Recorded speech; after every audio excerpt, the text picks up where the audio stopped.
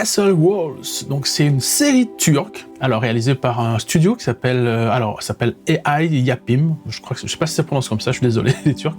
Alors en fait, pourquoi je voulais parler de cette série-là? Parce que c'est la première série IA. Voilà, c'est une série a priori full IA réalisée par ce studio pour une télévision. En fait, c'est une série historique et franchement, au vu de la bande-annonce, alors j'avais lu des articles où on disait ouais ça fait peur, c'est bizarre. Alors oui, c'est un peu bizarre, mais ça fait pas peur. En fait, je trouve que c'est plutôt intéressant qu'une télé se lance dedans. Déjà parce que pour réduire les coûts, hein, c'est voilà, c'est vraiment la seule raison, mais aussi parce que voir un petit peu ce que ces studios arriveront à faire en fait, vraiment au niveau mouvement des personnages. Parce que si on voit bien, les plans c'est des plans IA en fait, c'est-à-dire en général les plans IA c'est des plans assez fixes où les personnages bougent pas beaucoup, ou alors c'est vraiment des mouvements de caméra comme ça qui vont avancer sur les personnages. On voit bien que voilà dans les expressions, c'est un peu rigide. C'est comme la 3D en fait, les expressions sont pas très marquées. La différence de la 3D, c'est que l'IA est tout de suite très réaliste. Mais voilà, mais au niveau des mouvements et tout ça, c'est pas encore ça. Mais voilà, je suis curieux de voir comment ils vont faire parce que je pense qu'ils vont commencer, ça va faire un peu bizarre. Après, au fur et à mesure, ils vont s'améliorer parce qu'ils vont utiliser d'autres techniques pour arriver à avoir des choses de plus en plus pointues. Et c'est ça qu'il faut en fait. Il faut des gens qui se lancent dedans, qui tentent des choses et qui affinent progressivement les techniques pour arriver à avoir quelque chose de vraiment bon et réaliste avec l'IA. Ici, c'est une chaîne de télé, voilà, turque, je pense qui a sûrement pas beaucoup de moyens, qui a pas des millions et des millions à mettre dans une série et qui essaye des choses pour pouvoir quand même offrir des programmes tout en essayant d'avoir un budget assez restreint. Alors bien sûr, je suis conscient que ça enlève des emplois potentiels pour voilà les acteurs, les équipes de tournage. Dans un autre sens aussi, ça revient au même, c'est-à-dire si la télévision, elle avait de toute façon pas les moyens de faire une série convenable avec des acteurs et une équipe de tournage, elle l'aurait jamais fait.